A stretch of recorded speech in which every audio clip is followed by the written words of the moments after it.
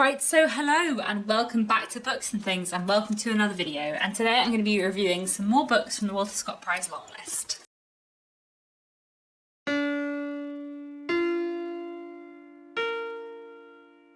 So I have three books to talk to you about. We have Hungry Ghosts by Kevin Jarrett Hussein, For Thy Great Pain Have Mercy on My Little Pain by Victoria Mackenzie, and Joseph O'Connor's My Father's House. So these books were all longlisted for the Walter Scott Prize for Historical Fiction that I'm currently reading along with. I'll leave some links down below to more about my reading plans and to my previous reviewing three other books from the longlist. Now I really enjoyed all three of these books. In my last review video I reviewed the books in like reverse order of preference, but to be honest there's not much between these three books. I would say I thought they were all really great in very different ways and all really interesting books, so we'll just go through them one by one. So all three of them I read in the last month. I had read For Thy Great Pain Have Mercy on My Little Pain before, but I reread it this month before making this video. So let me start off I think with Hungry Ghosts by Kevin Jarrett Hussein. Library book editions get very reflective with the lighting in my room, so having held this edition up that I read, I think I'm gonna bring it down and put a cover up on the screen and not hold the book because I can't deal with all of the reflection from this. So Hungry Ghosts is a really interesting novel that is set in 1940s rural Trinidad, and we're looking at various characters and specifically about the kind of tension between two different groups of people. Dalton and Marley Changor live in a big farm overlooking Bell Village. They are a wealthy couple. Dalton has made a lot of money, possibly through some slightly dodgy dealings, and he has raised his young wife Marley up with him, but he's also quite unstable, prone to behaving oddly, and at the beginning of this book he vanishes. He leaves a note to Marley saying, "I'll be back soon," and then just never comes back. And Marley is concerned about his disappearance, but also doesn't want to alert anyone to his disappearance because she is very concerned about her social position without him. So instead of telling anyone about her husband's disappearance or about this other strange things that have happened in the wake of it, she decides to employ one of the men who usually works on her husband's land to come and be a kind of night watchman at the farm. This man is a man called Hans Sarup, who lives with his wife Shweta and their son Krishna in a place called the Barrack, which is basically a crumbling, ramshackle building where various families live, occupying a room each. They live in crippling poverty. Both Hans and Shweta are very keen to try and get their son Krishna, who's about 13-14 years old, out of this situation. And Hans decides that taking this job as a night watchman and earning more money might be a way to help them out of their situation. So he takes his position as a night watchman on this farm, not knowing that this decision will kind of lead to a series of terrible events. And this book kind of reminded me of a Greek tragedy. It has this like persistent sense of doom throughout it where sort of more and more terrible things just keep happening, and you can kind of see how the character's decisions lead to these terrible things, but also it does kind of feel slightly inevitable. But whether it feels inevitable because it kind of is within the world of the story, or whether it feels inevitable because the characters aren't willing to like take responsibility for the consequences of their actions, is kind of like a tension within the novel itself, which I really loved.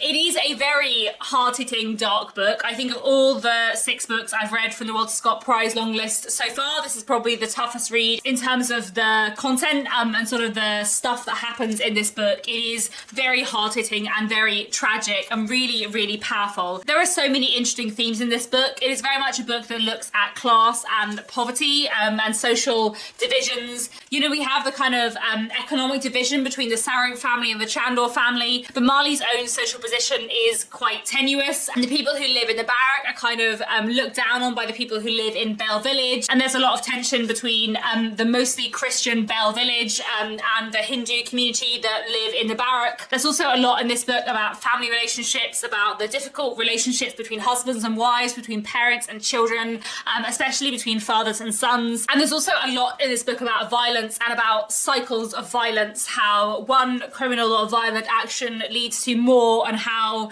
these kind of cycles of violence are sort of passed down through generations. And there's a lot in this book about how kind of older generations form younger ones, and Hans kind of very much has spent his whole life trying not to be like his father, and he so believes that he is nothing like his father, that he is a good man where his father wasn't, but that means it's very hard for him to accept if he does something wrong, because he thinks, no, I'm a good man. My father wasn't a good man, but I am a good man. But in a way, because his father was such a bad man, his standards for being a good man are therefore like relatively low, and I feel like the way all of that kind of stuff was explored was just fantastic. There's also a lot in this book about grief, and I feel like the way this book looks at grief and death and the idea of hungry ghosts who kind of want something from the living, it's just so interestingly done, and it was really, really powerful. It's such an incredibly powerful book. As I said, it is a really tragic book with a lot of hard-hitting things in it, but it is really incredible. It's one of those books that packs quite a lot into it,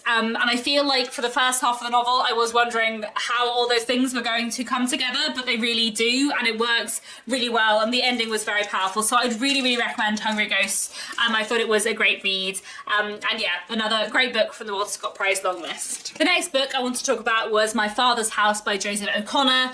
Again, this is a library book copy, and it's reflecting all the lights, so we'll put it down and put a picture up on the screen. I went into this one a little bit wary because I had read one book by Joseph O'Connor before, Ghostlight, which I enjoyed but was definitely on the more like literary end, and a bit too literary for my reading taste. But My Father's House is definitely less of a literary novel than Ghostlight. It is more accessible and faster paced, and has this almost like spy thriller feel to it, which I thought worked really well. So My Father's House is set in Rome during the Second World War in 1943, and it is set partly in the Vatican. So by autumn 1943, which is when this novel is set, Rome was under Nazi occupation, but the Vatican, being a separate country, was technically neutral, which meant that the Nazi occupying force didn't have the same power within the Vatican itself. And in this book, we're following an Irish priest, Hugh O'Flaherty, who is in the Vatican, has lived in Rome for a very long time, and he is part of the resistance movement, and he and some other people who are living in Rome or within the Vatican set up an escape line in order to help smuggle escaped prisoners of war or other people who are in danger out of Rome and to safety. And this book chiefly takes place in 1943, following various characters who are kind of part of the escape line, which is codenamed The Choir, and we're following these characters in the run-up to a particular mission. One thing that I really loved about My Father's House is the way this story is told. Probably about half the novel is told in third person in 1943, chiefly following Hugh himself, but also sometimes following an SS officer who is determined to bring the escape line down and who is increasingly fixated upon Hugh himself. But then the other half of the novel is told in first person accounts from various people who were involved, often with a kind of conceit that these people are being interviewed in the 1960s about their experiences in the resistance in Italy during the 1940s. And so we end up kind of piecing together this story through the third person accounts in 1943, and also through the accounts of all of these people looking back on what happened. And I think my favourite sections in this book were always the first person accounts of people looking back, because you get such a good sense of all of these characters and their distinctive voices and the distinctive roles they played and the kind of complicated relationships between them. And the narrative voices of those characters and the sort of little glimpses to their own lives and their own stories and histories and what led them to get involved in the resistance.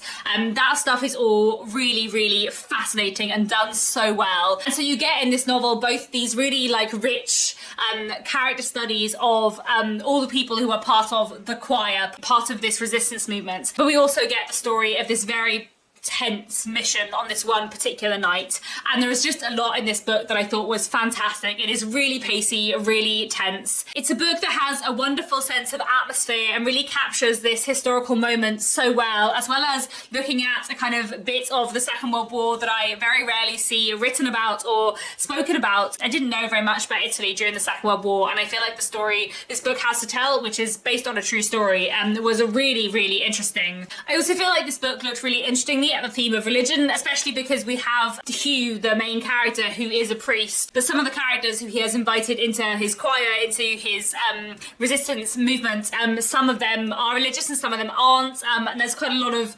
exploration of kind of the tension between different characters with different beliefs, and kind of why these different characters with their different opinions and beliefs have come together in this cause, and the kind of the tensions between them. And all of them are individually really interesting characters, and I feel like that was done so well. The one thing I will say about My Father's House is that I feel like the ending was quite long. There's probably like 70 pages after the dramatic climax, which feels a little bit epilogue-y, and for quite a while I sort of didn't really see where that was going and whether that needed to be there. There is one thing at the end that I think definitely needs to be there, and so I kind of understood the purpose of having that longer wind down, but I do feel like that meant the ending dragged a little bit for me.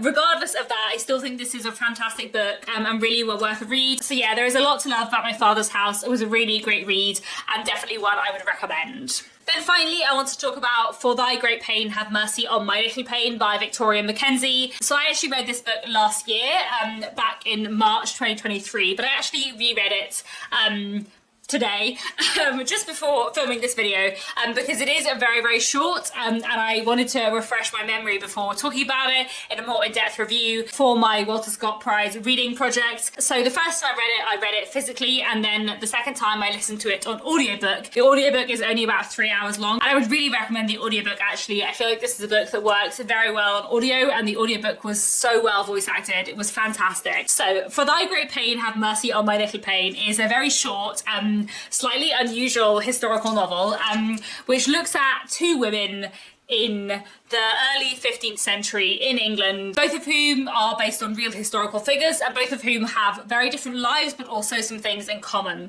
So the two characters are Julian of Norwich and Marjorie Kempt. So these two women are really interesting historical figures because both of them wrote a book during the course of their life, and these two books are two of the most important books we have from the medieval period. So Marjorie Kempt wrote, and when I say wrote, she narrated to someone else who wrote down for her the first autobiography written in English. Marjorie Kempt was a kind of middle-class woman from the sort of merchant classes. She was married, she had 14 children, and she also had visions of God and of Jesus that she would preach about and tell people about, and she would get called a heretic. And she later went on a lot of pilgrimages and had this kind of unusual life that she wanted someone to note down. And then Julian of Norwich was an anchoress, so she was a religious recluse who had basically become a kind of unusual type of nun, I guess, where she was bricked up in one room, and she spent decades in this one room, praying and writing and doing very little else, speaking to people who came to her window but never seeing anyone directly, never going outside, and kind of devoting herself to religion, I guess. And this book basically interweaves the lives of Julian of Norwich and Marjorie Kempt, later imagining a meeting between them, but mostly looking at the stories of their lives. We kind of switch every few pages between Marjorie and Julian, and we learn their histories.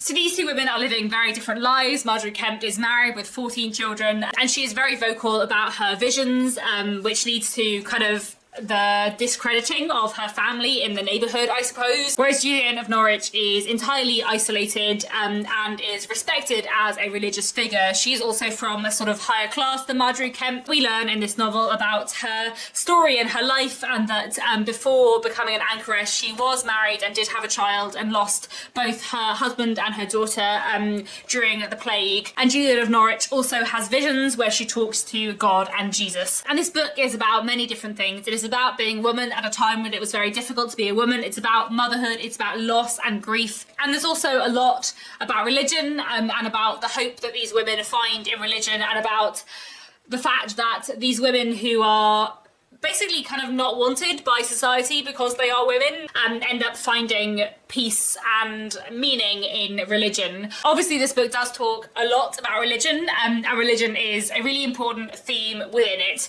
but I don't think you have to be religious or like familiar with the Bible to enjoy it. I am not religious, but I still really enjoyed this book, and I still found it a really powerful, moving book about history and humanity and womanhood and hope, and the way this book looks at these two historical figures and kind of interweaves their stories, and imagines a possible people meeting for them and draws comparisons between their stories is just really, really powerful. I also think this is like immaculately written. Like the writing is incredible, and I was thinking that especially as I listened to the audiobook, because I sometimes feel like I notice that kind of thing more when I'm listening to an audiobook, and the audiobook was so well voice acted as well that the power of the language and the cleverness of the writing really, really came through on the audiobook for me. And I just think this is a really great, wonderful novel that, yeah, takes these two interesting figures from history and does something really interesting with their stories. So those are 3 more wonderful books that I read for the Walter Scott Prize for Historical Fiction.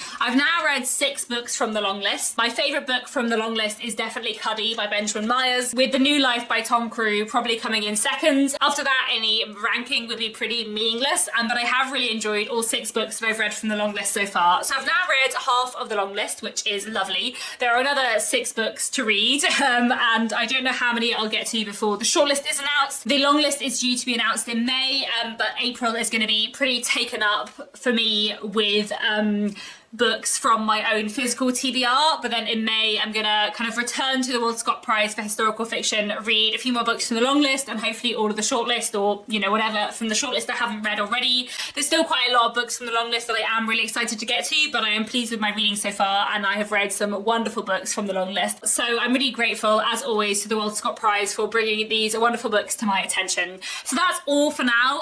Do let me know down in the comments, have you read any of these books? What did you think of them? And otherwise, thanks for watching, and I'll be back very soon with another bookish video.